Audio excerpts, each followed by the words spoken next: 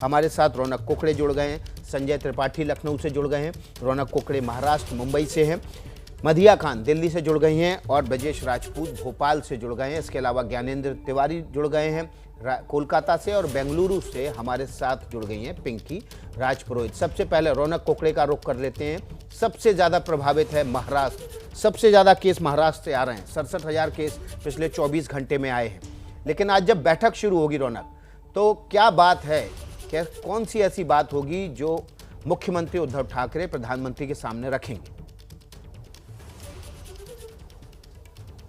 जी देखिए विकास, हमें जो सूत्रों से जानकारी मिली है उसके मुताबिक 3 प्रमुख मुद्दों पर ये बातचीत मुख्यमंत्री उद्धव ठाकरे प्रधानमंत्री से करने जा रहे हैं। पहला मुद्दा है वैक्सीनेशन का। महाराष्ट्र सरकार ये मांग करने जा रही है कि वैक्सीन इंटरनेशनल मार्केट से खरीदी करने की इजाज़त केंद्र सरकार महाराष्ट्र सरकार को दे। उद्धव ठाकरे और महाराष्ट्र सरकार ये विचार कर रही है कि अपने दम पर ये वैक्सीन इंटरनेशनल मार्केट से खरीद कर ज़्यादा से ज़्यादा लोगों को वैक्सीनेट जो है वो महाराष्ट्र में किया जाए, क्योंकि सबसे ज़्यादा केसेस जो है वो महाराष्ट्र में सामने निकल कर आ रहे हैं। कल भी 68,000 से भी ज़्यादा केसेस जो है महाराष्ट्र में दर्ज किए गए, जबकि 568 लोगों की मौत हो चुकी है। दूसरा महत्वपूर्ण मुद्दा रहने वाला है ऑक्सीजन का। विकास, महाराष्ट्र में 1250 मेट्रिक टन ऑक्सीजन का उत्पादन हो रहा है, जबकि 200 मेट्रिक टन जो है वो दूसरे राज्यों से महाराष्ट्र में सप्लाई हो रहा है। लेकिन महाराष्ट्र की जो मांग है वो 1500 मेट्रिक टन से भी ज़्यादा की मांग है। तो ऑक्सीजन की सप्लाई एयरलिफ्ट कर महाराष्ट्र में ऑक्सीजन पहुंचाया जाए, इस तरह की एक प्रमुख मांग उद्धव ठाकरे की ओर से प्रधानमंत्री के सामने की जाने वाली है। और तीसरी जो महत्वपूर्ण मांग है वो रेमडेसिविर दवाओं को लेकर है। कल भी केंद्र सरकार ने जिस तरह का कोटा महाराष्ट्र में रेमडेसिविर दवाओं का तय किया है, उसको लेकर राजनीति हो रही है। एनसीपी लगातार केंद्र सरकार पर हमलावर है और ये भी एक प्रमुख मुद्दा इस बैठक में रहने वाला है कि महाराष्ट्र में एक्टिव पेशेंट की संख्या को देखते हुए महाराष्ट्र का जो कोटा है फिलहाल 26,000 प्रतिदिन के हिसाब से तय किया गया, उसको बढ़ाकर 50,000 तक किया जाए। इस तरह की मांग जो है वो उद्धव ठाकरे इस बैठक में रखेंगे। ये जानकारी हमें सूत्रों से मिल रही है। जी बहुत बहुत शुक्रिया। रौनक कुकड़े जानकारी दे रहे थे कि क्या बातें हैं अहम जो कि मुख्यमंत्री रखने वाले। संजय त्रिपाठी हमारे साथ जुड़ गए लखनऊ से। दूसरा सबसे ज़्यादा प्रभावित राज्य है देश में, 34,000 से ज़्यादा मामले पिछले 24 घंटे में यूपी में दर्ज किए गए। संजय त्रिपाठी, आपसे भी वही सवाल, क्या ऐसी बात होगी जो मुख्यमंत्री रखेंगे प्रधानमंत्री के सामने?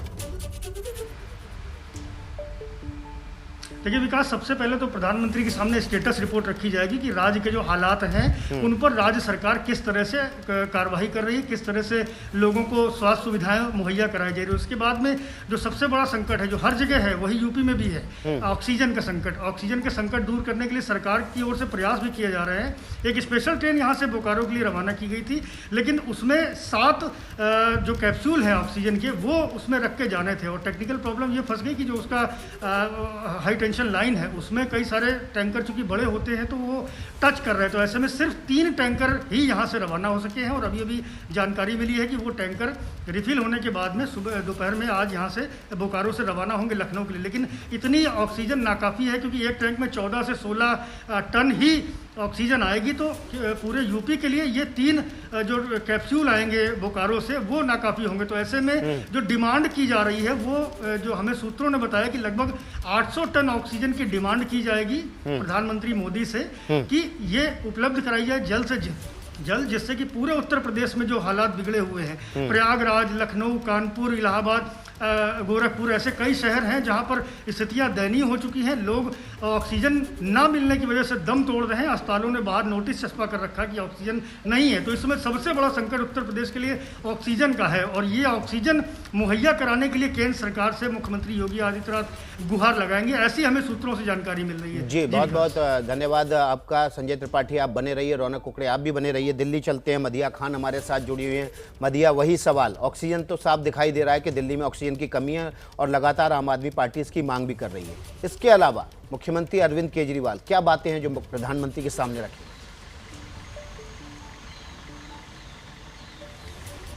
बिल्कुल विकास, इस वक्त आपने बिल्कुल सही कहा है कि दिल्ली जो है बहुत बुरी तरीके से ऑक्सीजन से जूझ रही है। अलग अलग अस्पतालों से कुछ घंटे बाद जो मैसेज है वो वायरल होना शुरू हो जाता है। एक अलर्ट मैसेज आ जाता है कि ऑक्सीजन की सप्लाई 2 से 3 घंटे में ख़त्म होने वाली है, 4 से 5 घंटे में ख़त्म होने वाली है। तो इस तरह के हालात पूरी दिल्ली में बने हुए हैं, अलग अलग अस्पतालों में बने हुए हैं। तो इन्हीं सब हालातों को देखते हुए जो मुख्यमंत्री अरविंद केजरीवाल हैं वो प्रधानमंत्री के सामने सबसे पहली जो मांग रख सकते हैं वो ऑक्सीजन की ही रखेंगे, जहाँ तक समझ में आ रहा है। और सूत्र भी बता रहे हैं कि ऑक्सीजन की भरपूर मात्रा में ऑक्सीजन दिल्ली को प्रोवाइड की जाए, इस तरह की जो बातें जो हैं मुख्यमंत्री रखेंगे। और उसके साथ साथ दूसरी अहम चीज़ें हैं, दवाइयों की किल्लत है जो दिल्ली में देखी जा रही है, कई दवाइयाँ ऐसी हैं जो नहीं मिल पा रही हैं, उसके बारे में भी केजरीवाल रखेंगे। भोपाल का रुख कर लेते हैं, ब्रजेश राजपूत हमारे साथ बने हुए हैं। मधिया, आप भी बने रहिए हमारे साथ। ब्रजेश, वही सवाल, क्या मांग होगी, क्योंकि ऑक्सीजन की कमी मध्य प्रदेश में भी है, लेकिन उसके अतिरिक्त क्या मांग होगी केंद्र से मध्य प्रदेश के लिए?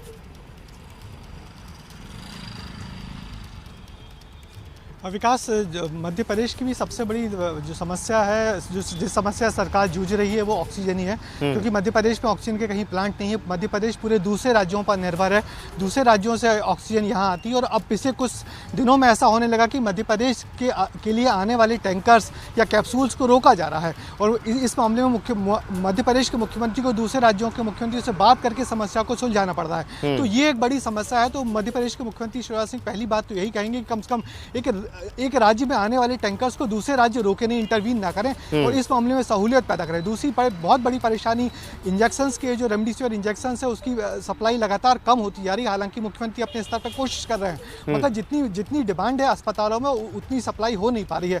तो ऑक्सीजन और उसके बाद फिर जो एक बड़ी समस्या है इंजेक्शंस की हो गई है। और एक बड़ी समस्या और आ रही है, जिस तरीके से जनता कर्फ्यू लगा हुआ मध्य प्रदेश में 30 तारीख तक, और ऐसा लग रहा है इसको और बढ़ाया जाएगा। तो उस दरमियान जो गरीब लोग हैं उनको राशन कैसे मिलेगा? मुख्यमंत्री ने ऐलान तो किया है कि 3 महीने का राशन हम गरीबों को घर पे बिठा के खिलाएंगे, मगर इसके लिए पैसा कहां से आएगा? तो सूत्रों का कहना है कि इसके लिए भी मुख्यमंत्री कुछ राहत पैकेज की मांग कर सकते हैं प्रधानमंत्री से। तो ऑक्सीजन की, राशन की मांग करेंगे, ऑक्सीजन की मांग करेंगे, और उसके अलावा रेमडेसिविर दवाई की मांग। पिंकी राजपुरोहित भी हमारे साथ जुड़ी हुई हैं, ज्ञानेंद्र तिवारी भी हमारे साथ जुड़े हुए हैं। ब्रजेश राजपूत, आप हमारे साथ बने रहिए। ज्ञानेंद्र तिवारी का रुख कर लेते हैं, क्योंकि छत्तीसगढ़ की स्थिति भी कोरोना को लेकर बहुत भयावह बनी हुई है। ज्ञानेंद्र, मुख्यमंत्री भूपेश बघेल क्या मांगने वाले? मुख्यमंत्री भूपेश बघेल ने, विकास जी, कल ही एक पत्र लिख दिया है प्रधानमंत्री मोदी को और कहा है, चूंकि छत्तीसगढ़ सरकार ने ये ऐलान किया है कि 18 साल से ऊपर वालों को सभी को मुफ्त वैक्सीन लगाई जाएगी, तो उन्होंने पत्र लिखकर ये पहले ही कह दिया है और संभवतः आज भी वो यही कहेंगे कि जो 2 कंपनियां इंजेक्शन कोरोना का टीका बना रही हैं उनके रेट निर्धारित किए जाएं, ये उन्होंने लिखा है। और उन्होंने ये भी लिखा है कि केंद्र और राज्य के जो रेट है वो एक ही रखें। दूसरा, ऑक्सीजन की कोई छत्तीसगढ़ में कमी नहीं है, लेकिन ऑक्सीजन सिलेंडर की कमी है। रेमडेसिविर जो इंजेक्शन है उसकी कालाबाजारी को लेकर लगातार छापेमारी की जा रही है, लेकिन किल्लत इतनी ज़्यादा है कि हर दिन लोगों की लंबी लाइन और लोगों को परेशान देखा जा सकता है। तो इंजेक्शन, कोरोना का टीका और ऑक्सीजन सिलेंडर, ऑक्सीजन की पर्याप्त मात्रा में यहाँ पर उपलब्धता है। Oxygen cylinder. पिंकी राजपुरोहित का रुख कर लेते हैं, कर्नाटक। पिंकी, हमने देखा किसी भी राज्य से अभी तक बेड कैपेसिटी हॉस्पिटल के बढ़ाने की मांग की बात किसी भी मुख्यमंत्री की ओर से नहीं आने जा रही है। कर्नाटक में क्या स्थिति रहेगी? कर्नाटक के मुख्यमंत्री क्या आज बात रखने वाले हैं प्रधानमंत्री के सामने? विकास, जहां तक, क्योंकि आपने बेड की बात कही, आपको बता दें कि बेड का इंतजाम कहीं ना कहीं से कर रही है राज्य सरकारें, लेकिन जो चुनौती है सबसे बड़ी वो है ऑक्सीजन की। इसमें कोई दो राय नहीं कि कर्नाटका में ऑक्सीजन के प्लांट्स मौजूद है इस वक्त, लेकिन बावजूद उसके किल्लत जो है वो कर्नाटका में भी देखी जा रही है। तो 3 चीजें जो खासतौर पर येडियुरप्पा जो है वो पीएम के सामने रख सकते हैं, वो है ऑक्सीजन, वैक्सीन और साथ ही रिलीफ फंड, क्योंकि 4 मई तक जो है यहाँ पर भी स्ट्रिक्ट लॉकडाउन लगाया गया है। ऐसे में किस तरह से गरीबों तक जो है हेल्प पहुंचाई जा सके, ये भी कहीं ना कहीं एक पॉइंट हो सकता है इस मीटिंग में, जहां पर येडियुरप्पा ये जरूर रखेंगे कि रिलीफ फंड जो है वो आए। और साथ ही वैक्सीन को खासतौर पर इसलिए बढ़ाने की जरूरत है इस वक्त, क्योंकि लगातार जिस तरह से बेंगलुरु समेत पूरे कर्नाटका में जो केसेस बढ़ रहे हैं, और यही 3 चीजें जो है वो तमिलनाडु और केरला से भी हो सकती है, क्योंकि ये 3 ऐसे राज्य हैं दक्षिण के जो कि टॉप 11 में इस वक्त दिखाई दे रहे हैं जहां तक कोरोना केसेस की बात है। बिल्कुल जी पिंकी, आप बने रहिए हमारे साथ। निकुंज जानी गुजरात से जुड़ गए। गुजरात में 13,000 से ज्यादा मामले पिछले 24 घंटे के दौरान आए हैं। निकुंज, गुजरात की तरफ से क्या मांग होने वाली है? गुजरात में हमने देखा कि हालात बहुत इस समय भयावह हैं।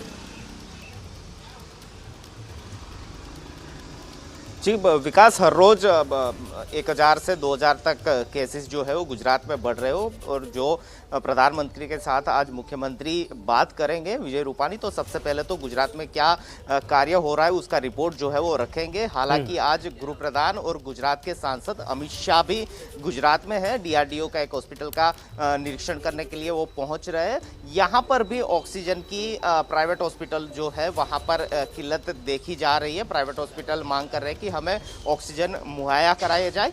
रेमडेसिविर इंजेक्शन की भी जो है वो काफ़ी मांग बढ़ी हुई है। अलबत्त कल हेल्थ डिपार्टमेंट के अग्र सचिव जो है उन्होंने प्रेस कॉन्फ्रेंस कर ये बताना पड़ा कि रेमडेसिविर का मिसयूज ना किया जाए, उसकी कालाबाजारी ना की जाए। खासतौर पर बेड बनाने के लिए भी राज्य सरकार जो है मुमकिन कोशिश कर रही है। तो ये सभी मामलों को लेकर मुख्यमंत्री विजय रूपानी आज प्रधानमंत्री नरेंद्र मोदी के साथ बात करेंगे। और हम जयपुर का रुख कर लेते हैं। राजस्थान के मुख्यमंत्री भी आज की बैठक में होंगे। मनीष शर्मा हमारे साथ हैं, जयपुर से जुड़ गए हैं।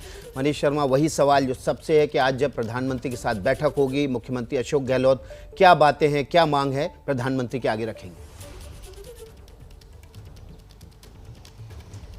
जी विकास, केवल 2 मांगे। राजस्थान सरकार ने सीधे तौर पर केंद्र पर भेदभाव का आरोप लगाया है। एक्टिव केसों के लिहाज से बात की जाए तो राजस्थान पूरे देश में 6ठे नंबर पर है, लेकिन ऑक्सीजन और दवाओं के लिहाज से जो केंद्र से लगातार मिल रही हैं वो 17वें नंबर की जगह ये मानकर चला जा रहा है कि राजस्थान, मध्य प्रदेश, गुजरात और हरियाणा जो तीनों बीजेपी शासित राज्य हैं उनकी तुलना में कहीं बेहतर है। लेकिन अशोक गहलोत का कहना है कि सीधे तौर पर 1 मई से जो इंजेक्शन लगने वाले हैं, कोरोना के जो वैक्सीन लगने वाली है, वो निशुल्क लगाई जाए, केंद्र सरकार उसका खर्चा वहन करे, और राज्यों को जो ऑक्सीजन दी जा रही है वो एक्टिव केसों के आधार पर आवंटित की जाए। जी विकास। जी बहुत बहुत शुक्रिया मनीष आपका। ABP न्यूज़ आपको रखे आगे।